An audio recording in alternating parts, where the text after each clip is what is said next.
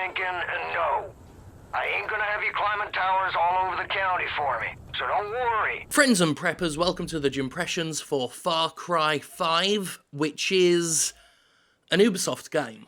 And I don't just mean that Ubisoft's the publisher, I mean this is an Ubisoft game, or a Ubisoft game, depending on how you want to say it. An Ubisoft, or a Ubisoft, or an Ubisoft, if you want to be esoteric. Anyway, what I mean by it's an Ubisoft game is, well, it's what you would mean if you said something was a Telltale game. When I say Telltale game, there is a very distinct formula you think of. And now, when I say Ubisoft game, there is a very distinct formula I'm thinking of. I'm thinking of a giant open world, and I mean an ungainly giant open world. A big sprawl that's just littered with stuff to do. And when I say stuff to do, again, I'm thinking about a particularly specific thing here.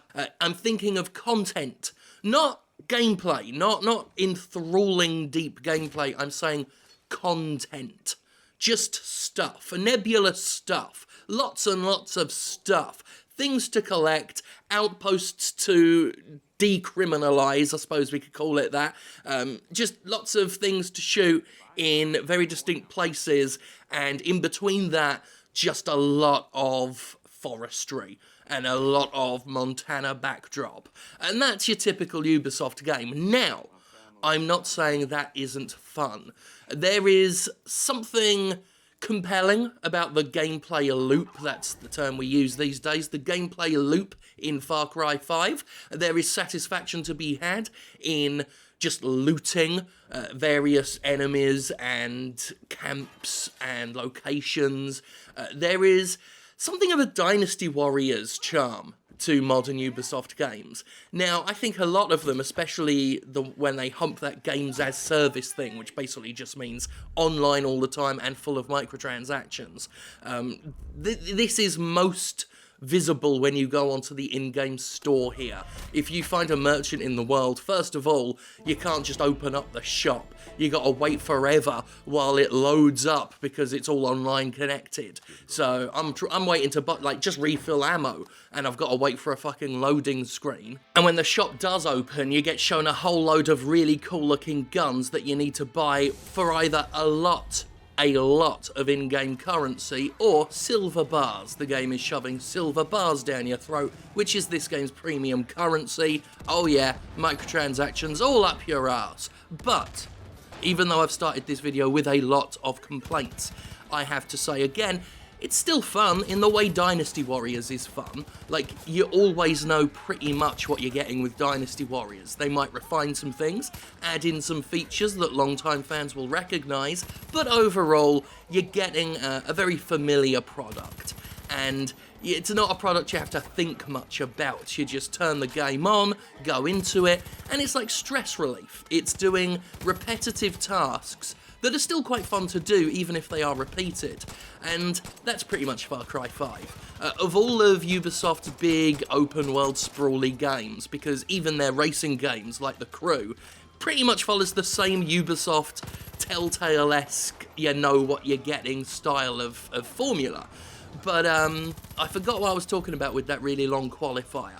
But the point is that Far Cry, like pretty much every Ubisoft game these days, is not spectacular, but it is kind of fun, basic, and there's some therapy to it. There's something therapeutic about a game like this, where it's just doing the same shit over and over. And I realise that sounds like faint praise, and that's because it is. That said, you have to play these games in a certain type of way, these Ubisoft-style games, and that way is to just play the hand you're dealt. Don't try and complete a Ubisoft game, because you might actually lose your sanity.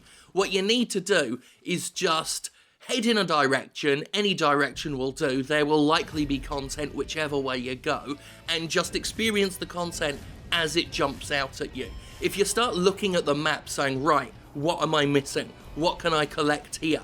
You might actually start losing your grip on reality, because there's just so much. It's not like Assassin's Creed Unity. That was pretty much the height of it, where you couldn't even see the map anymore because it was buried under quest icons and collectible icons and chest icons. But as with any modern Ubisoft game, if you try and take it all in at once, your eyes will bleed. Being set in a Montana county that's overrun by an extremist religious cult, Far Cry 5 does have a different feel to previous Far Cry games. It's still the same game, more or less, but the atmosphere is a little bit different. Plus, there is that mission where you get a truck full of testicles for the Deep Fried Testicle Festival, and I'm just grateful that I now have the phrase Deep Fried Testicle Festival in my book of phrases. I don't actually have a book of phrases, but I might buy a book just to write Deep Fried Testicle Festival in it. But yeah, as is typical for Ubisoft games, the villainous characters are interesting, the NPCs are fun to combat, and that really is what Far Cry 5 is. It's just another pretty decent, well-polished Ubisoft game. Oh wait, no, I mean it's completely different because you don't have to climb a load of radio towers in this one. Don't forget, you don't climb radio towers in it, so it's completely different, mind blown. But yeah, live service bullshit aside, Far Cry 5 is pretty okay. Very much like the Telltale games, there's still life in this formula. Very much like the Telltale games, this formula works for a lot of different types, a lot of different styles of gameplay, many different intellectual property or game universes. It's only a matter of time before it becomes an incredibly boring, tired formula.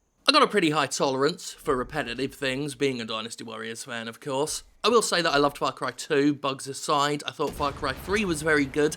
Far Cry 4 bored the piss out of me, but I'm one of the few people that actually thought Primal was alright. And Far Cry 5 is somewhere around the middle, in between all of those games. It's not brilliant, but it's not terrible. And that's fine, it's just, Ubisoft is not really going to make many standout games if it keeps humping this formula dry. Which, of course, is true for a lot of open-world games these days. There's just so many of them, too many of them, that you've got to be really wild or out there or just the most amazingly polished, well-executed game in history in order to get out there and get your name out there and be recognised and remembered. And that's pretty much Far Cry 5. It's solid, but it's not going to be remembered, I don't think. I mean, as much as I'm enjoying it, I don't even foresee myself getting through the campaign. Something else will come along that's more interesting, and this is just passing the time until then. It plays well, it looks nice, it's entertaining enough, but ultimately it's another Ubisoft game. Albeit with a Deep Fried Testicle Festival.